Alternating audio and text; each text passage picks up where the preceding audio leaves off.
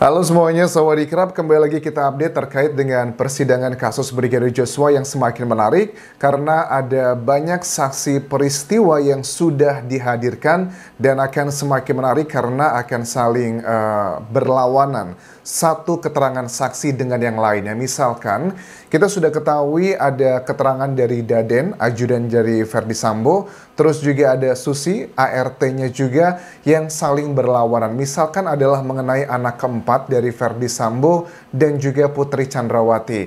Pada saat Yang Mulia Hakim bertanya ke Susi, apakah anak keempat dari PC dan FS ini adalah anak kandung, yang melahirkan adalah Putri Chandrawati?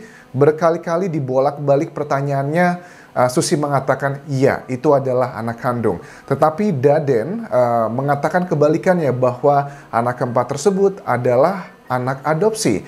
Tidak bermaksud untuk mencari tahu hal yang berhubungan dengan minor seperti ini, tetapi menjadi hal yang bertanya-tanya bagi masyarakat. Kenapa Yang Mulia Hakim bertanya pertanyaan ini? Apakah ini berusaha dihubungkan dengan usia anak tersebut antara 1,5 tahun atau 1,8 bulan? Karena dua itu yang cukup beredar banyak di media massa, dihubungkan dengan durasi bekerjanya Brigadir Joshua ke keluarga Ferdy Sambo. Ini berusaha dihubungkan ke sana juga. Tetapi keterangan Daden ataupun juga Susi adalah dari masing-masing saja ya. Sebenarnya untuk mencari tahu jawaban yang benar, kalau ini bisa menjadi petunjuk yang sangat baik untuk motif, adalah dibutuhkan salah satu alat bukti, yakni adalah surat dan juga keterangan ahli ya. Tinggal tes DNA saja, sudah kelar semuanya. Tetapi ada beberapa hal yang sekarang kita sudah semakin terkonfirmasi tentang Susi ini, teman-teman. Apa itu? Yang pertama adalah mengenai foto Susi. Ternyata selama ini kan kita beredar gambar pada saat FS beserta keluarga besarnya dengan ajudannya foto. Yang di lingkaran merah itu adalah yang sebelahnya. Ternyata Susi itu ya adalah yang di sebelahnya. Jadi kita cukup terkacaukan. Ini menjadi indikasi bahwa tidaklah semudah itu untuk mendapatkan data-data yang sifatnya dari lingkaran pertama keluarga Ferdy Sambo. Ini juga menjadi, dari awal aku mengatakan bahwa pada saat ada CCTV yang diklaim adalah berasal dari rumahnya Ferdy Sambo, rumah pribadi tersebut yang muncul pertama kali di CNN Indonesia, aku sudah menduga sangat kuat itu adalah bagian dari framing dan sengaja banget dikeluarkan karena untuk menyusun skenario-skenario yang dipimpin oleh Ferdy Sambo.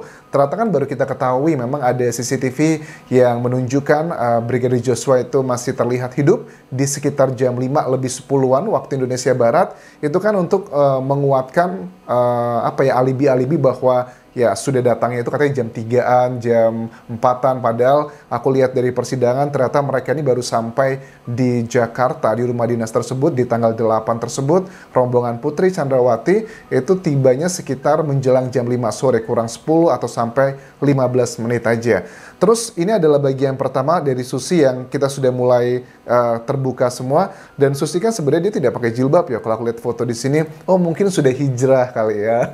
Sudah hijrah beberapa hari kan. Ini kan fotonya aku yakin diambil sebelum peristiwa pembunuhan tersebut. Dan mungkin sudah beberapa bulan orang sudah mendapatkan hidayah, mungkin dia memakai hijab. Ataukah memang untuk menutupi diri, kita nggak tahu. Tapi ingat ya Susi, ingat pesan suamimu bahwa ingat anak-anak, belalah anak-anaknya gitu. Karena pada saat aku melihat rekaman wawancara sejumlah media massa dengan suaminya, Susi kan bertanya, kapan terakhir ngobrol dengan Susi? Ternyata ya sudah ngobrol sering juga beberapa kali di beberapa minggu terakhir ini. Tetapi yang diobrolkan tidak ada tentang peristiwa akan menjadi saksi dalam persidangan Sambo. Yang diobrolkan adalah jangan lupa kirim uang karena uangnya sudah menipis. Jadi ini bisa menjadi motivasi juga buat Susi.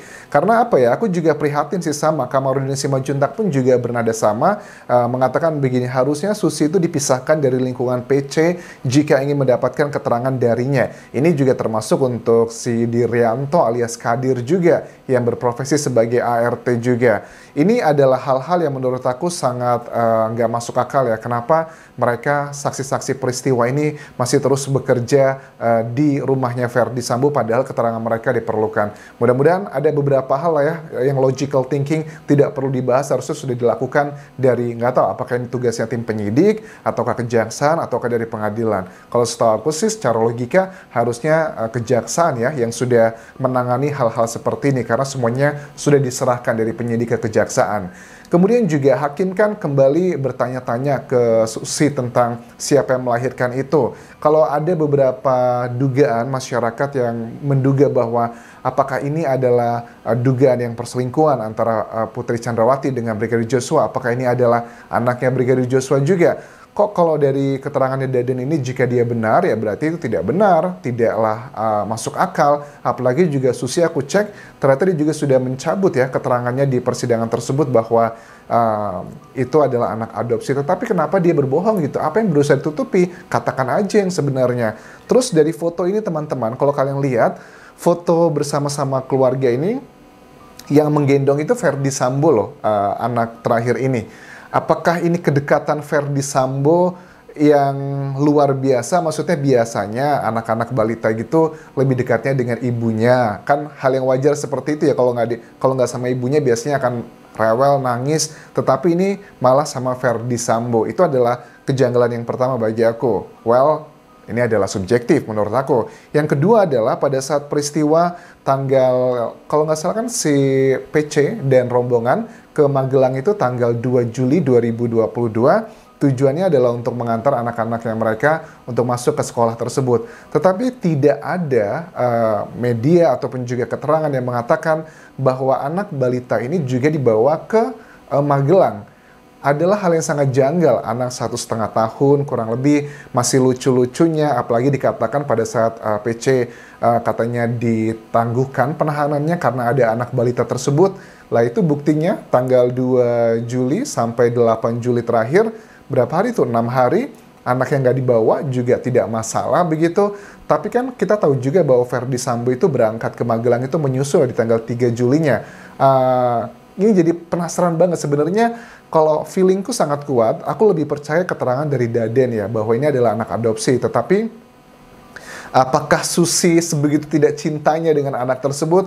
Ya, di sisi lain, selain tentang dugaan yang pertama, perselingkuhan antara mungkin tuh anak hasil selingkuhannya Putri Chandrawati dengan pria lain, siapapun itu, bisa Kuat Ma'ruf atau Brigadir Joshua atau siapapun, itu adalah yang tersebar di media massa.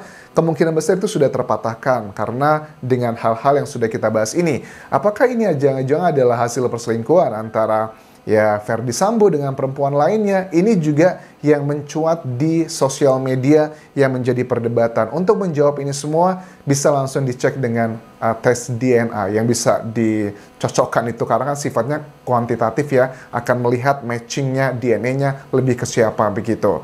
Teka-tekinya akan bisa terpecahkan dengan hal seperti itu. Dan juga kenapa nih hakim menanyakan hal ini, karena ini menjadi salah satu teka-teki di masyarakat.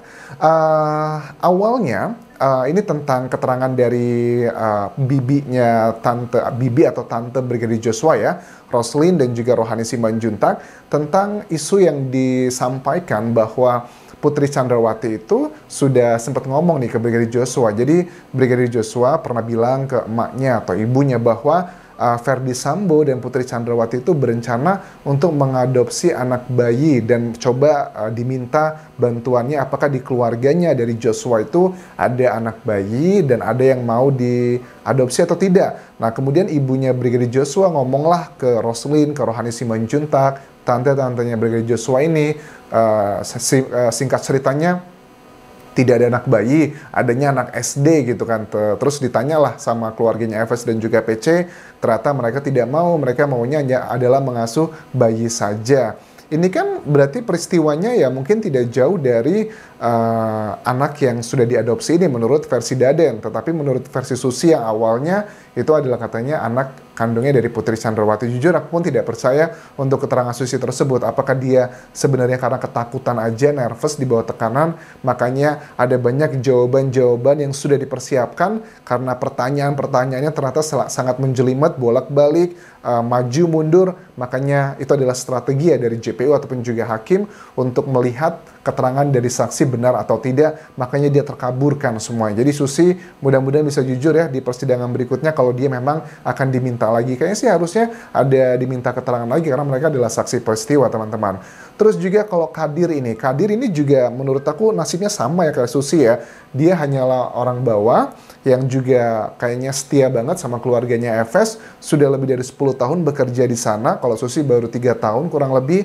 Ini juga mengenai CCTV yang rusak. Adalah hal yang janggal, kita juga bisa menilai di tanggal 15 Juni dia mengaku bahwa dia mengecek CCTV dan dia mengatakan, melaporkan ke Joshua bahwa CCTV-nya rusak dan tolong diperbaiki. Peristiwanya adalah 8 Juli, jadi kan 1 bulan sebelumnya ini kayaknya sudah sudah terencana dengan baik begitu, menjadi alibinya dari Verdi Sambo dan timnya yang mengatakan CCTV di rumah dinas tersebut di Duren 3 rusak. Itu adalah untuk mensupport alibi dari timnya Verdi Sambo.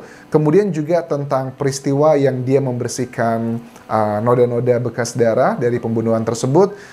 Dikatakan dia diminta untuk membersihkan oleh salah satu ajudan di sana. Apakah itu adalah Hendra Kurniawan? Menurut aku sih, aku percaya bahwa dia yang memang membersihkannya, karena memang posisi dia sebagai ART pasti untuk membersihkan semuanya. Dan kalau dia memang terlibat dalam peristiwa ini, terlibatnya adalah dalam proses membantu membersihkan. Karena sumber istimewaku juga mengatakan tidak hanya areanya yang tidak dipolis lain, kemudian banyak bekas-bekas yang sudah dibersihkan, tetapi juga ada sumber istimewa aku bilang ada kayak kunci-kunci yang di beberapa pintu, beberapa jendela itu sudah diganti semua. Apakah jangan-jangan ini dari ART ini, karena memang dia tugasnya untuk menjaga di rumah dinas tersebut, juga membantu mengganti kunci-kunci pintu, kunci jendela, karena ada salah satu keterangan dari sumber istimewaku bilang, pada saat penyidik yang sudah merah putih, yang lurus ya, di awal-awal kasus ini muncul, pada saat mereka masuk ke sana, kok nggak bisa dicek karena untuk olah TKP dan sebagainya, karena sudah diganti kuncinya. Ini adalah possibility-nya, karena dari ceritanya si Kadir ini, dia itu baru istirahat di hari kejadian tersebut sekitar jam 12 malam, kemudian di siang harinya atau pagi harinya dia sudah mulai pindah ke rumah pribadinya Verdi Sambo yang berada di Saguling. Jadi rumahnya, kita tuh lagi ngomongin ada 3 rumah ya peristiwa. Aku yakin rumah Verdi Sambo lebih dari 3 di Magelang dan lain-lain yang belum ketahuan. Jadi yang di Saguling itu rumah pribadi, yang di Bangka juga rumah pribadi, ya yang rumah dinas itu adalah di rumah Duren itu, teman-teman ya. Jadi biar kita terrefleksikan lagi, reminder lagi apa aja rumah-rumah yang kita bahas di sini. Kemudian juga rumah Duren 3 dijadikan rumah isolasi, tapi dibantah Baradae, bantah bahwa isolasinya itu adalah di rumah Bangka karena ada anaknya Verdi Sambo juga sempat terkena COVID, begitupun juga sejumlah ajudan lainnya. Mereka semua diisolasinya adalah di rumah Bangka, tidak di rumah Duren 3 atau rumah dinas tersebut. Ini adalah satu bagian yang menurut aku juga janggal. Kenapa di hari kejadian tersebut kan menurut keterangannya si Kadir, mereka tuh tiba ke rumah pribadinya Verdi Sambo di Jakarta Selatan tersebut menjelang jam 5 sore. Kemudian kita ketahui juga menjelang jam 5 sore itu juga setelah tes PCR versi mereka langsung pindah ke rumah di Duren 3 tersebut. Kenapa? Kok nggak biasanya begitu? Ada apa? Apakah sudah menjadi sebuah rencana yang matang? Dan kita juga ketahui si KM juga sudah membawa pisau tuh dari Magelang dengan peristiwa di video sebelumnya. Oke, semakin menarik, semakin penuh dengan teka-teki, dan kita akan lihat nanti apakah akan terbongkar apa motif penyebab Brigadir Joshua dihabisi. Ya, ini tantangan yang luar biasa. Tapi terima kasih sebelumnya sudah menonton video kali ini. Dan itu dulu yang bisa aku update. Sampai ketemu lagi di video berikutnya. Tinggalkan like dan juga komen. Juga follow Instagram dan juga Facebook pageku di Anjas Asmara. Serta subscribe channel YouTube ini. Kabun kerap. Bye-bye.